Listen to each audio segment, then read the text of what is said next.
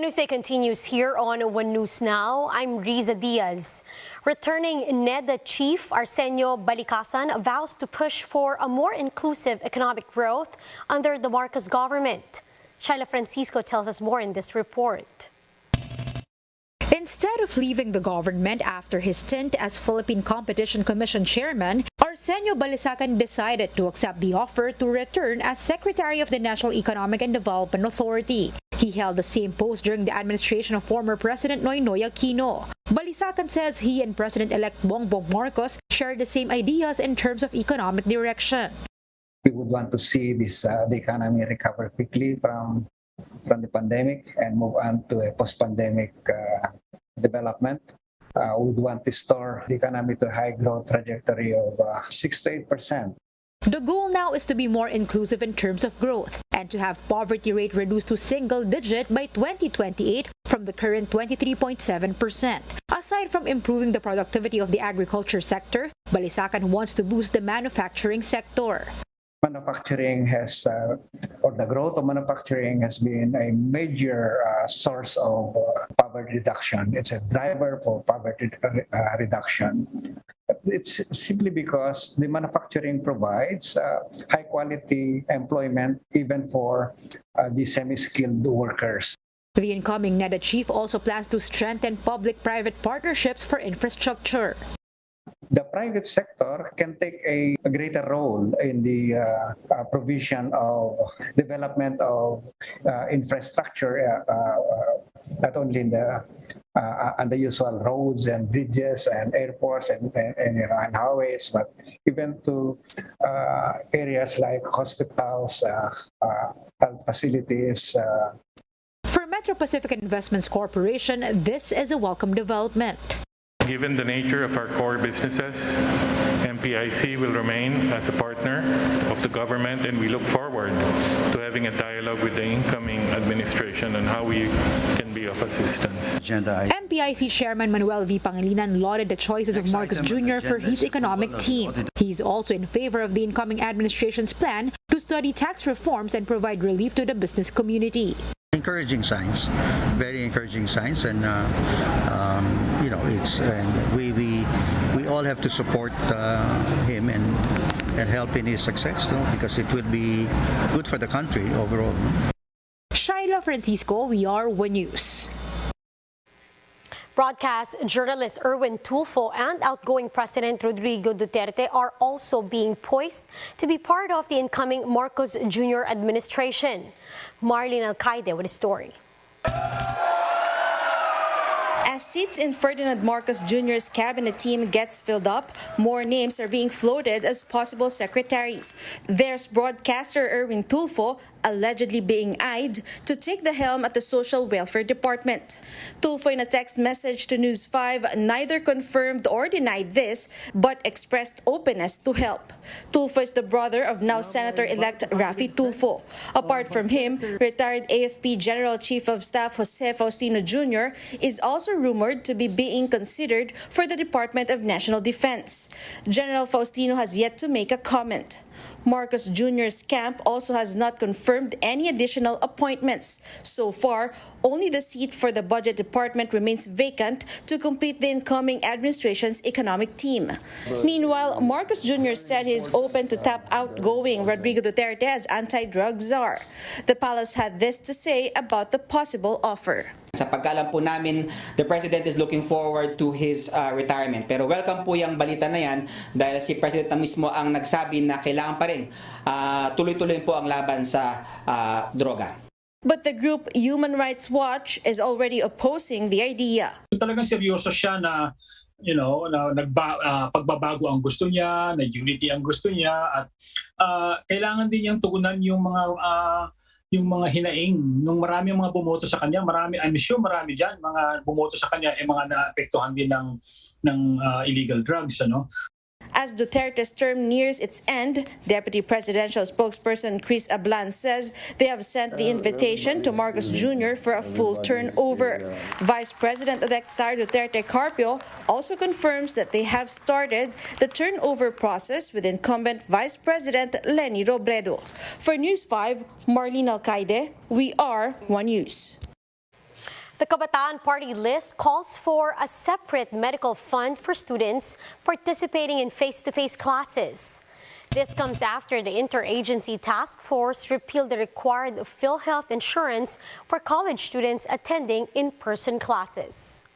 Now, in a statement, Kabataan pointed out that college students still need health insurance to protect them from the threat of COVID-19. They also reiterated the need to investigate billions of misused funds from PhilHealth to cover these expenses.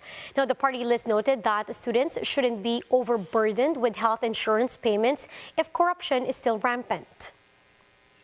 Meanwhile, COVID-19 pre-departure requirements have now been lifted for some foreign nationals traveling to the Philippines. That's according to the latest IATF guidelines. With this, qualified foreigners no longer need to provide negative COVID test results upon entering the country. Now, to get exempted from COVID testing, foreigners must be fully vaccinated and have at least one booster dose before going to the Philippines. Meanwhile, children below 12 years old that are traveling with their fully vaccinated foreign parents also do not need to provide a negative COVID test result. We'll be back with more stories after the break. Keep it here on One News.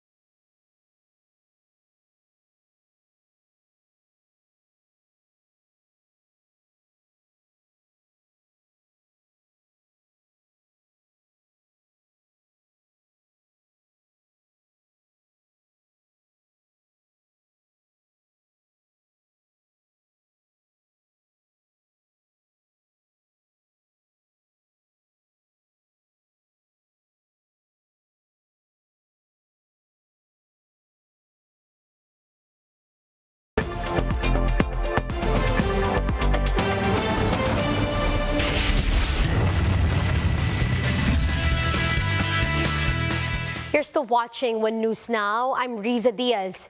The road to the Final Four of the UAAP Season 84 Women's Volleyball continues with several matches lined up for today. At this time, the battle between the Adamson Lady Falcons and the UE Lady Warriors is ongoing, while later at 12:30 p.m., Ateneo will be competing against NU. UP versus USD scheduled later at 4 p.m., while FEU and DLSU will compete at 6:30 p.m. Matches will be held at the SM Mall of Asia Arena in Pasay.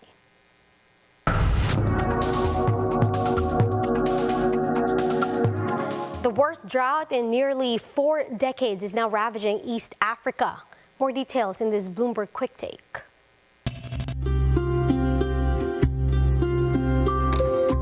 The worst drought in at least 4 decades and sweltering temperatures have depleted water reserves in the Horn of Africa, driven thousands of destitute farmers from their lands, and left those that remain reliant on pumps, boreholes, and trucked-in water supplies.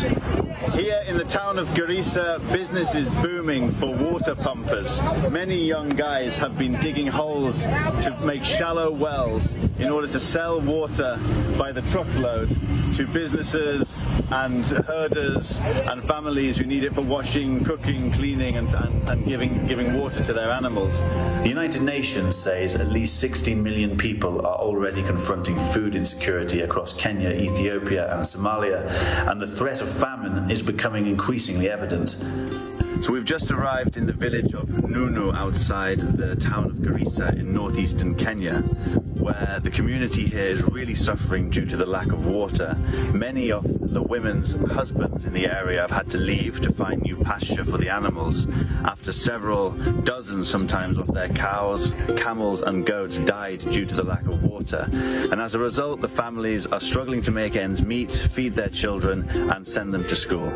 Pastoralist experts say Kenya is sitting on a time bomb unless the rains come quick, with roughly 11 million pastoralists in a country of 55 million people.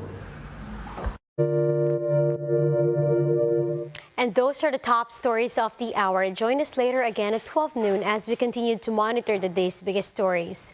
You can also catch One News on Signal Play app. Register for a free account now at www.signalplay.com and stream One News live anytime, anywhere. I'm Riza Diaz. Mask on, wash hands, and stay safe, Philippines. We are One News.